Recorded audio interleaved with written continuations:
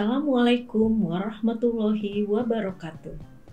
Selamat datang di perkuliahan Sistem Komunikasi Serat Optik. Pada pertemuan ini, kita akan membahas tentang bagaimana perambatan dan pembiasan cahaya terjadi. Apakah cahaya itu? Cahaya menurut Newton terdiri dari partikel-partikel ringan yang berukuran sangat kecil dipancarkan oleh sumber ke segala arah dengan kecepatan sangat tinggi. Teori ini dapat menerangkan tentang pemantulan cahaya, tetapi ketika menerangkan pembiasan cahaya mengalami batu sandungan karena cahaya dianggap menjadi lebih cepat ketika memasuki medium yang padat karena gaya gravitasi sangat kuat. Sedangkan menurut Huygens menyatakan bahwa cahaya dipancarkan ke semua arah sebagai muka-muka gelombang. Kelemahan teori ini adalah gelombang cahaya seperti gelombang bunyi yang memerlukan medium untuk dihantar. Selanjutnya, teori cahaya menurut teori elektromagnetik, yaitu menurut Maxwell, gelombang cahaya adalah gelombang elektromagnetik yang tidak memerlukan medium untuk merambat. Sedangkan menurut Planck, cahaya terdiri dari paket atau kuanta energi yang dikenal dengan foton. Dan menurut Einstein dikenal sebagai fenomena efek fotolistrik, yakni pemancaran elektron dari permukaan logam. Karena logam disinari cahaya yang dikenal dengan dualisme cahaya. Untuk menjelaskan arah perambatan cahaya, lebih mudah mempresentasikan sebuah gelombang cahaya dengan sinar. Jika cahaya dipandang sebagai partikel, maka sinar adalah lintasan partikel tersebut. Jika cahaya dipandang sebagai gelombang, maka sinar adalah garis khayal sepanjang arah perjalanan gelombang itu. Selanjutnya, bila sebuah gelombang cahaya yang menumbuk medium yang memisahkan dua material transparan, maka pada umumnya gelombang sebagian dipantulkan dan sebagian lagi dibiaskan. Contoh, pembiasan cahaya pada dasar kolam. Kita bisa melihat ikan pada dasar sebuah kolam, cahaya dari dasar kolam menuju mata kita, berkas cahaya tersebut tidak langsung menuju mata kita. Cahaya yang ditangkap mata adalah cahaya atau sinar bias. Perpanjangan sinar bias ini akan membuat kita melihat bayangan ikan yang lebih dekat dari letak ikan sebenarnya. Perambatan cahaya dalam serat optik dapat ditinjau melalui dua pendekatan, yaitu optik geometrik dan gelombang elektromagnetika. Ditinjau dari optik geometrik, perambatan cahaya pada serat optik akan mengalami peristiwa pemantulan dan pembiasan cahaya. Peristiwa pemantulan dan pembiasan tergantung pada kecepatan cahaya merambat dalam material yang memiliki indeks bias yang berbeda. Saat sinar memasuki perbatasan dua medium yang berbeda, maka sinar akan dipantulkan kembali dari sebagian sinar diteruskan ke bahan kedua. Peristiwa ini tergantung pada kecepatan cahaya yang merambat. Peristiwa ini disebut dengan hukum Snellius. Yang kedua, ditinjau berdasarkan gelombang elektromagnetika. Pendekatan cahaya sebagai sebuah gelombang elektromagnetik telah dilakukan oleh James Clerk Maxwell pada tahun 1831 sampai 1879. Gelombang elektromagnetik merupakan gelombang transversal. Cahaya ditinjau sebagai gelombang elektromagnetik memiliki karakteristik polarisasi. Polarisasi adalah pola pergerakan medan elektrik yang diamati dari arah gelombang suatu cahaya.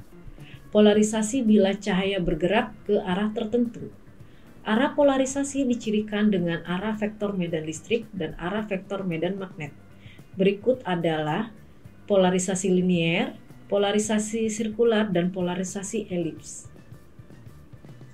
Apa yang membuat sinar cahaya merambat di serat optik? Ketika cahaya menjalar di bahan transparan yang memiliki perbedaan indeks bias sehingga menemui permukaan bahan transparan lainnya, maka hal yang terjadi adalah sebagian cahaya akan dipantulkan dan sebagian cahaya akan diteruskan ke bahan transparan kedua. Berikut ini adalah hukum Snellius tentang pemantulan yang menyatakan Sudut sinar cahaya datang sama dengan sudut sinar cahaya pantul. Sinar cahaya datang, garis normal, dan sinar cahaya pantul terletak pada bidang yang sama, yang tegak lurus terhadap permukaan batas. Peristiwa ini sangat tergantung pada kecepatan cahaya yang merambat dalam material yang memiliki indeks bias yang berbeda. Pemantulan pada serat optik. Cahaya yang merambat menuju bidang perbatasan dengan sudut datang yang lebih besar dari sudut kritis, maka cahaya tersebut akan dipantulkan kembali oleh bidang di perbatasan ke dalam bidang pertama. Dalam hal ini, bidang pertama hanya berperan sebagai bidang pantul. Sinar cahaya yang masuk ke serat optik akan memantul dari cladding. Pemantulan sempurna atau total internal reflection. Pada kabel optik terdapat core atau inti dan cladding atau kulit. Nilai indeks bias inti dibuat lebih besar daripada cladding sehingga sudut cahaya dari laser yang memasuki serat akan memotong perbatasan antara inti dan kulit dengan sudut lebih besar dari sudut kritis. Maka sinar dapat merambat sepanjang serat yang menyebabkan sinar yang masuk ke serat akan mengalami pemantulan sempurna. Sudut kritis merupakan sudut datang cahaya yang memiliki sudut bias 90 derajat pada berkas cahaya melalui medium rapat ke medium kurang rapat, sehingga seluruh cahaya yang datang akan dipantulkan secara total. Hal ini adalah kondisi ideal dalam mentransmisikan cahaya dalam serat optik. Sudut kritis dapat dinyatakan dengan persamaan sin theta c sama dengan nr dibagi ni. Pembiasan cahaya refraksi adalah peristiwa pembelokan arah cahaya ketika berkas cahaya melewati bidang batas antara dua medium yang berbeda kerapatan optiknya. Terjadi akibat kecepatan cahaya berbeda pada setiap medium. Jika melihat sebuah pensil yang tercelup ke dalam air di dalam gelas bening, terlihat pensil sedikit membengkok ke dalam air. Peristiwa ini adalah fenomena pembiasan cahaya. Indeks bias adalah parameter dasar dari material serat optik yang sangat berpengaruh. Indeks bias adalah kemampuan suatu medium membiaskan atau membelokkan arah rambat cahaya. Jika cahaya bergerak dari vakum atau medium lain adalah indeks bias mutlak atau medium tersebut. Semakin besar indeks bias, maka kecepatan cahaya dalam medium semakin kecil. Kerucut penerimaan. Untuk memastikan suatu cahaya masuk dengan benar dalam core, maka cahaya tersebut harus masuk melalui kerucut penerimaan.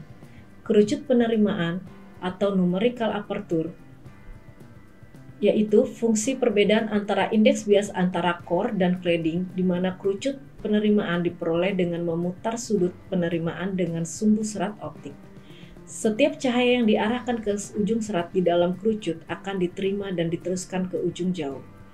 Kerucut penerimaan adalah sudut maksimum kedatangan cahaya terhadap sumbu core, di mana cahaya masih dapat masuk dan merambat dalam core. Propagasi gelombang cahaya. Cahaya ditinjau sebagai gelombang elektromagnetik. Pola pergerakan medan elektrik yang diamati dalam arah perambatan gelombang. Suatu cahaya dikatakan terpolarisasi bila cahaya merambat ke arah tertentu, di mana arah polarisasi gelombang dicirikan oleh arah vektor bidang medan listrik gelombang tersebut serta arah vektor bidang magnetnya. Gejala polarisasi hanya dialami oleh gelombang transversal saja. Gelombang longitudinal tidak mengalami polarisasi. Fakta bahwa cahaya dapat mengalami polarisasi menunjukkan cahaya merupakan gelombang transversal. Polarisasi gelombang cahaya terjadi karena refleksi. Jika cahaya tak terpolarisasi jatuh pada bidang batas antara dua medium yang transparan seperti kaca ke udara atau udara ke kaca atau udara ke kaca, sehingga berkas cahaya yang dipantulkan dan dibiaskan akan terpolarisasi. Sebagian tergantung pada sudut datang dan indeks bias mediumnya.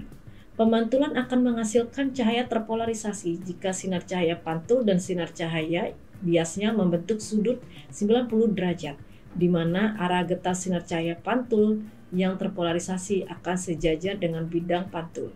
Beberapa penyebab polarisasi yaitu refleksi, refraksi ganda atau bias, scattering atau hamburan, dan selektif absorpsi atau penyerapan.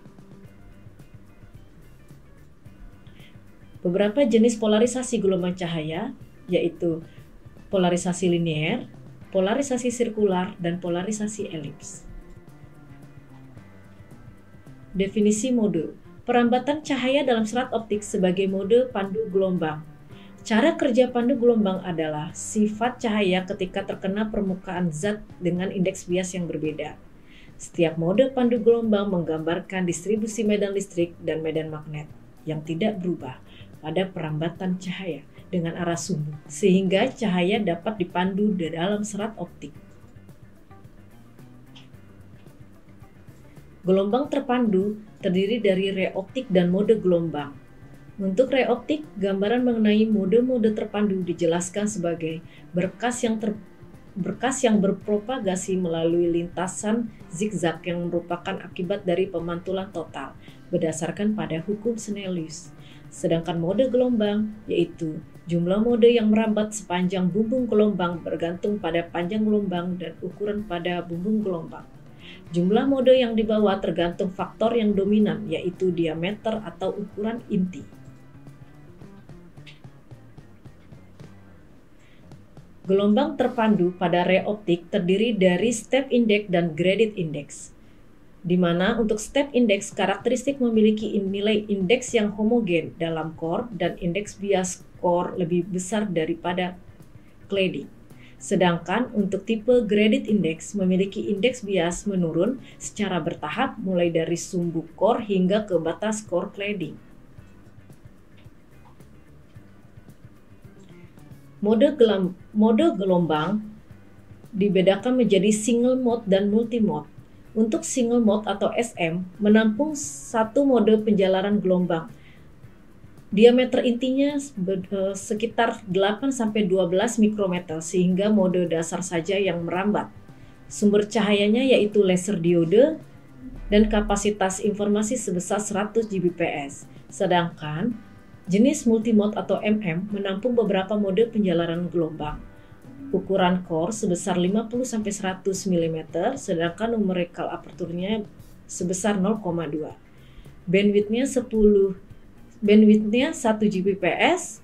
Multimode ini cocok pada komunikasi jarak dekat dan sumber cahaya yang digunakan adalah LED. Demikian penjelasan saya. Selanjutnya akan saya bahas lebih detail saat pertemuan di kelas. Terima kasih. Wassalamualaikum warahmatullahi wabarakatuh.